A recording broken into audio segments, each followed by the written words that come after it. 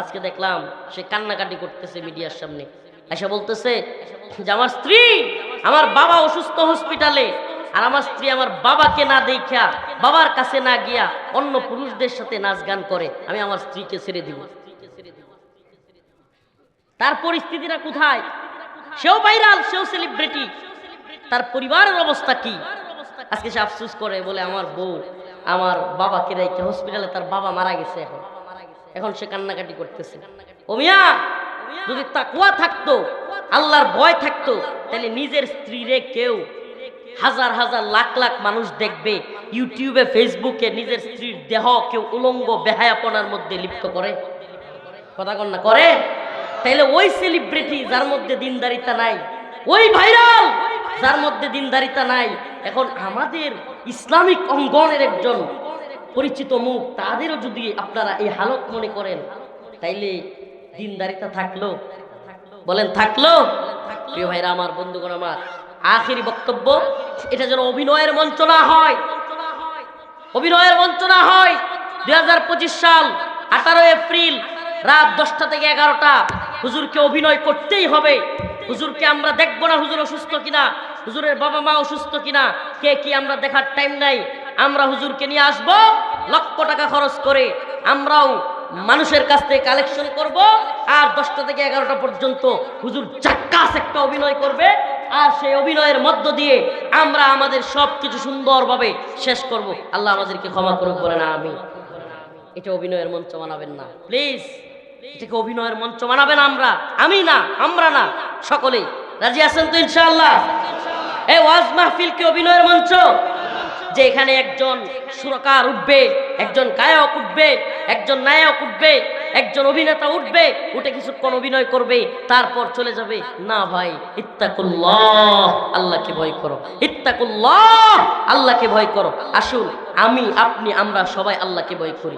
আল্লাহ পাক বলেন, قد أفلح المؤمنون الذين هم في صلاتهم خاشعون والذين هم عن اللغو معرضون والذين هم للزكاة فاعلون والذين هم لفروجهم حافظون।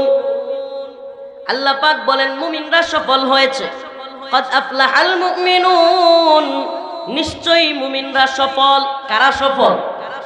আমরা তো মুমিন, কি কন? আমরা ঈমান আছে তো? কথা কন না, ঈমান আছে তো নাকি? ওয়া মিনান নাসি মান ইয়াকুলু আমান্না বিল্লাহ ওয়া বিল ইয়াউমিল আখির ওয়া মা হুম বিমুমিনিন। আল্লাহ বলেন, কিছু লোক আছে মানুষের সামনে, যখন তারা আসে, ইয়াকুলু আমান্না বিল্লাহ, সকলের সামনে বলে আমি ঈমানদার, ওয়া মা হুম বিমুমিনিন, আল্লাহ বলেন কিন্তু অন্তরে তাদের প্রকৃত পক্ষে ঈমান নাই। আল্লাহ বলেন, এরা মানুষের সামনে এসে কি বলে? ইয়াকুলু আমান্না আমান্না, আমরা ঈমানদার, আমরা ঈমানদার, কিন্তু প্রকৃত পক্ষে এদের অন্তরে কি নাই? ঈমান নাই। প্রিয় ভাইরা আমার, বন্ধুগণ আমার, আমরা মুমিন। আল্লাহ বলেন মুমিনরা সফল। কেমন মুমিনরা সফল? আল্লাযীনা হুম ফি সালাতিহিম খাশিউন, যেই মুমিনরা খুশু খুজুর সাথে নামাজ পড়ে। সুবহানাল্লাহ। কোন মুমিনরা সফল? যারা খুশু খুজুর সাথে নামাজ পড়ে, ধীরস্থিরতার সাথে, বিনয়ের সাথে, একাগ্র চিত্তে, যারা একমাত্র আল্লাহকে রাজি খুশি করবার জন্য নামাজ পড়ে। প্রিয় ভাইরা আমার, এই দুনিয়ায় অনেক বড় সেলিব্রিটি, অনেক বড় নায়ক, অনেক বড় গায়ক, অনেক বড় গায়িকা, অনেক বড় নায়িকা, বাহ্যিক জিন্দিগিতে মনে হয় কত বড় সফল এরা, টাকা পয়সা যশ খ্যাতি, কোনো কিছুর অভাব নাই। আড়ালে যায় দেখেন এদের কত অশান্তি, এদের কত কষ্ট, আপনি কল্পনাও করতে পারবেন না। উত্তরায়, বাংলাদেশের নাম বলবো না, এক বড় নায়িকা, নাম বললে মোটামুটি সবাই চিনে ফেলবে, বড় নায়িকা, আমাদের এক উস্তাদকে এসে বলতেছে, আমি নিজের কানে শুনছি হুজুরের কাছে, বলতেছে হুজুর আমার একটা তাবিজ দেন, হুজুর ছেলে মেয়ে আমার কথা শুনে না। আফসোসের সাথে আয়েশা হুজুরকে বলতেছে, হুজুর আমার বড় কষ্ট, আমার বাচ্চাগুলো আমার কথা শুনে না। একটু আগে হিরো আলমের কথা বললাম, স্ত্রী কথা শুনে না। এক নায়িকার কথা বললাম, নাম বলবো না, আর অসংখ্য বলতে পারবো। এই সেলিব্রিটিজমের ধোঁকাবাজি, যাদেরকে আপনারা দেখা ওদের মতো হইতে চায় যুবকরা, ওদের মতো সাজতে চায়, ওদের মতো প্যান্ট পরে, ওরা সিরা প্যান্ট পরলে ওইটাই পরে, ওইটাই নাকি স্টাইল। হাঁটুতে সিরা, এনে সিরা, ওইনে সিরা, ওইটাই কি স্টাইল? আহা, তা হাঁটুতে সিরাও যদি স্টাইল হয়, তাহলে ল্যাংডা হয়ে যাও, ওটা তো আরেক স্টাইল। নাউজুবিল্লাহ। ও প্রিয় মুমিন, প্রিয় ইমানদার ভাই, আপনাকে বলছি, ওই মহিলা বড় নায়িকা, বাংলাদেশের নাম করা নায়িকা, নায়িকাদেরও নায়িকা, সবাই আইডল মানে এমন পর্যায়ের। আয়েশা বলতেছে, আমার সন্তানরা আমার কথা শুনে না, কষ্ট। হুজুর তাবিজ দেন।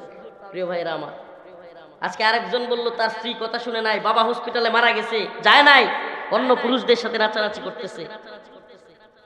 এমন যারা আছেন, যারা আমাদের কাছে এসে বলেন, হুজুর স্ত্রী কথা শুনে না, বাচ্চারা কথা শুনে না, আপনাদেরকে বলি, কিভাবে শুনবে আপনার বাচ্চারা, আপনার অধীনস্থরাও?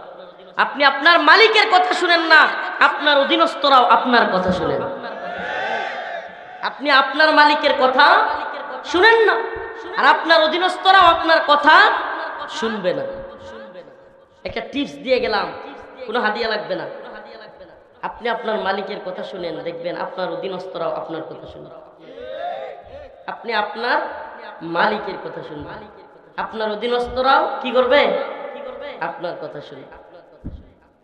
প্রিয় ভাইরা আমার, বন্ধুগণ, তো মুমিনের সফলতা, আল্লাযীনা হুম ফি সলাতিহিম খাশিউন, নামাজ পড়ব তো ইনশাআল্লাহ, 5 ওয়াক্ত সালাত পড়ব তো ইনশাআল্লাহ। এই হাত নিচে বাঁধেন আর উপরে বাঁধেন, আমিন জুড়ে বলেন বা আস্তে বলেন, এগুলো নিয়ে মারামারি করিয়েন না। যে যেটা করেন সেটা নিয়ে খুশি থাকে। এগুলো শাখাগত মাসআলা, প্লিজ দয়া করেন। এগুলো নিয়ে, এই মতামত গুলো নিয়ে মারামারি ফাসাদ তৈরি করিয়েন না। এখন মসজিদ আলাদা করতেছেন, কেউ বলে সালাফি মসজিদ, কেউ বলে হানাফি মসজিদ, কেউ বলে আহলে হাদিস মসজিদ। আরে মসজিদ তো আল্লাহর ঘর, এগুলো আবার ভাগ করার কি আছে ভাই? এগুলো আবার ভাগ করার কি আছে? আমাদের কেউ কেউ পা ফাঁকা করে একসাথে দাঁড়াবো, কেউ কেউ হাত ইয়া করে দাঁড়াবো, কেউ হাত উপরে করব, কেউ নিচে করব। এগুলো ইসলামের সৌন্দর্য। আপনি এগুলোকে মারামারির জায়গা তৈরি করতেছেন না। কারো মন চাইলে আমি নাচতে বলবে, কারো মন চাইলে জুড়ে বলবে। এই মারামারিটা করিয়েন না। উম্মতে মুসলিমার অবস্থা খুবই নাজুক। ফিলিস্তিনের দিকে তাকায় দেখেন, আজকে ফিলিস্তিনের ভয়াবহ পরিস্থিতি। আরে ফিলিস্তিনে অনেক দূর, আপনার পাশেই যশোরের পরেই